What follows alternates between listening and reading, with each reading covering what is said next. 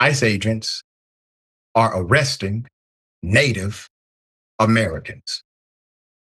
Native, according to some of the report, and targeting natives or those that own businesses, etc. Brown is just brown to them, black is just black. Put it a full mask.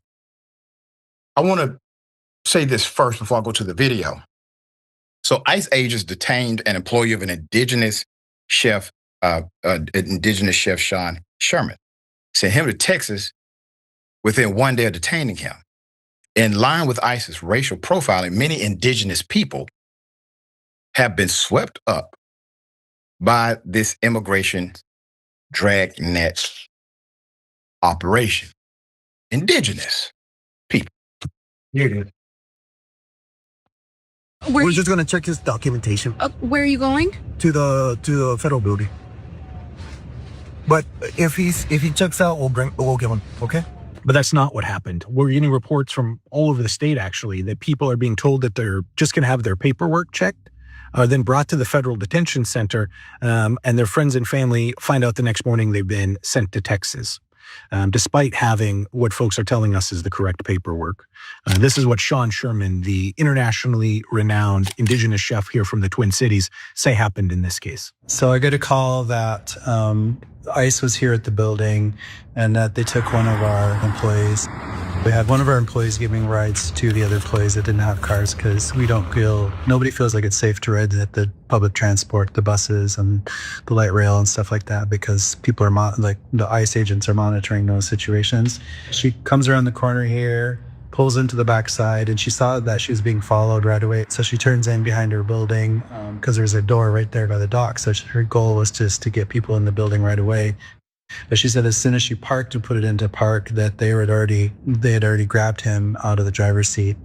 And she said she got out of the car and they all had guns drawn, so she had to get back in the car. And they told her that they were looking for somebody that matched his description, but with no other details. We're gonna if he's fine, we'll return him back. Okay. We're just gonna check his documentation. Where are you going? To the federal building. But you can't believe that because he ended up in Texas by morning. I haven't been able to talk to our employee who was taken away, but a couple people have been able to and alerted his family. And we were just trying to get him medication. So we're like, yeah, bring it to us, but he was already gone. Put up his picture again, full mask.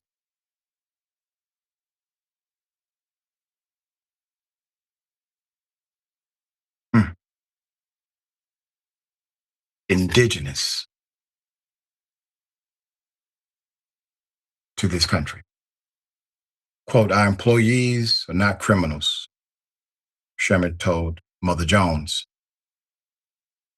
in the Twin Cities. Quote, they don't have police records and they're just here to come to work. We're literally a nonprofit trying to serve healthy indigenous food to people. We shouldn't have to worry if we're going to have guns pulled on us on the way to work at all. But this is our reality. A lawsuit was filed this past week by the advocates for human rights against the Department of Homeland Security, saying detainees being held at the Whipple Federal Building are being denied the right to speak to immigration attorneys before moving them out of the state. In his interview with Mother Jones, Sherman said the use of the Whipple as a detention center is, quote, more salt in the wound for Native Americans, given it's located at Fort Snelling, which was used as a concentration camp for the Dakota people in the 1860s.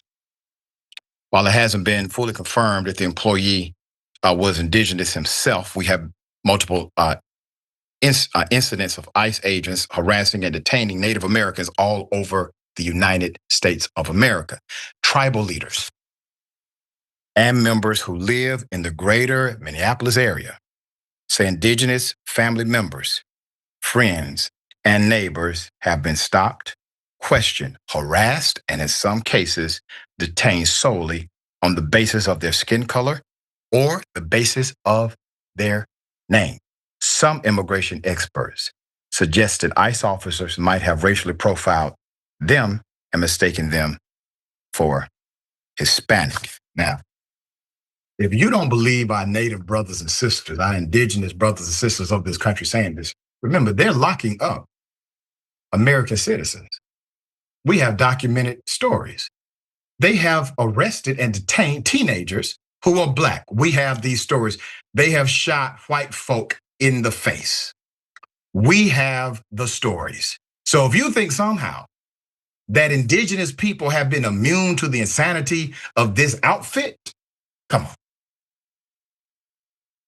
on. In an account, one man being swept up by ICE said, Jose Roberto Ramirez, a Red Lake descendant, told a reporter by ICT that he was trailed by an SUV, that when he parked in a grocery store parking lot, he was dragged out of his vehicle without explanation and detained for several hours.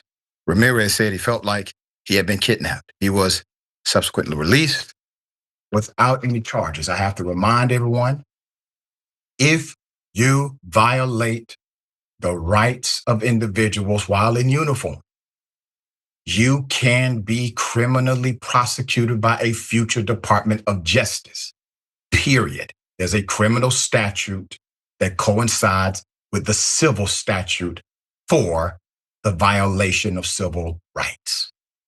All right, Sharon, thoughts here. I'm so glad you pointed that out. That's great to know, and it must be done. I will personally go to every town hall, anybody running for office. That's my litmus test.